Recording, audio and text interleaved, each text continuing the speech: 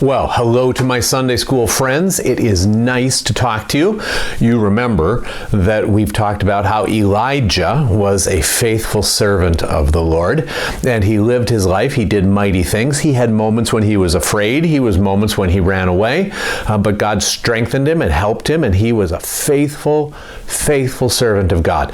You do remember that Elijah chose Elisha to take over from him, right? And we had stories about that, about how Elijah chose Elisha, that how Elisha was with Elijah when Elijah was carried up into heaven in the fiery chariot, fiery horses. And now we have stories just about Elisha. So Elisha was the head prophet in Israel. He had responsibilities for the whole country to tell them what God wanted people to do and how God wanted people to live. He also had responsibilities for teaching the other spiritual leaders. They were called prophets too. They were kind of like pastors though. People who would live in each village, live in each town, who would live lives of prayer and try to be careful about God's law and would teach the people what to do and how to do it. And Elisha was responsible for all of those prophets too. Now, one of those prophets was a man, I don't know his name, the Bible doesn't tell us his name, but he had a wife and he had two little sons, and he was a good prophet, he was a young prophet, and he died. And it was very, very sad. And his wife didn't have enough money to take care of those little boys. She didn't have enough money to buy them food and to buy all the things they needed. And very soon they were in debt. Debt means that you owe more money than you have. Now, back in that day, if you were in debt, you could be seized. You could be taken by the people that you owed the money to, and they could make you their slave sometimes, until you paid it off.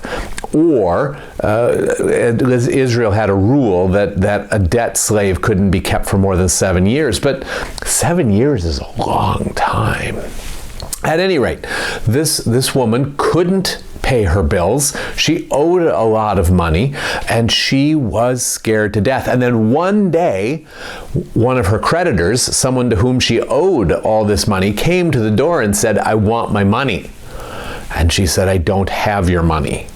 And he said, "I'm going to come back tomorrow, and if you don't give me my money, I'm going to take your two little boys to be my slaves."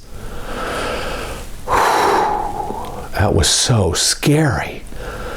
So she went to Elisha, and she said to him, "I need your help. You know that my husband loved the Lord, and he was a good prophet, but he's gone, and I need help, or my sons are going to be taken away into slavery."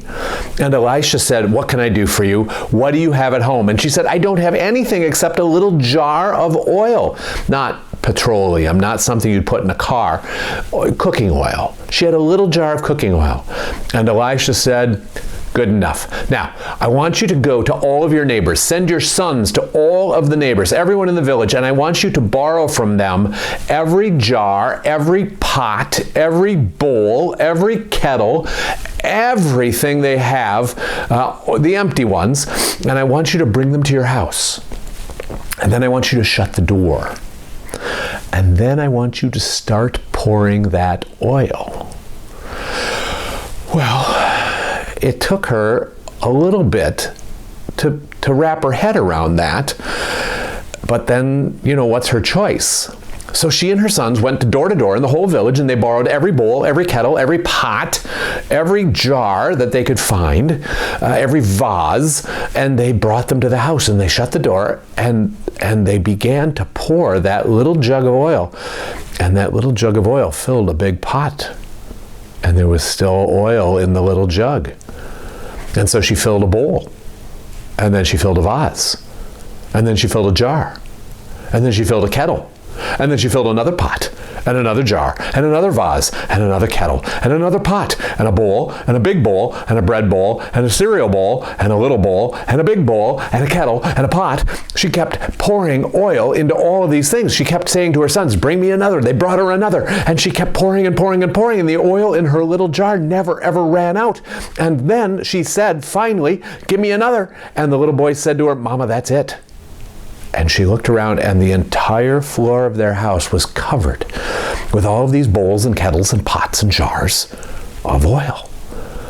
She went to Elisha and she said, now, what should I do? And Elisha said, you sell all that oil. Take it to the market and sell it, and you'll have the money you need to pay your debt and some money for you and the boys to live on besides. It's a beautiful little story, isn't it, about how God took care of this little family, how God provided for this little family. And it helps us to trust that God will take care of us too. Probably not like that, but all kinds of different ways that God provides for us and God cares for us. You remember this story about Elisha and about this family and about how God, through Elisha, saved these two little boys from slavery. And I will see you next week. Bye-bye.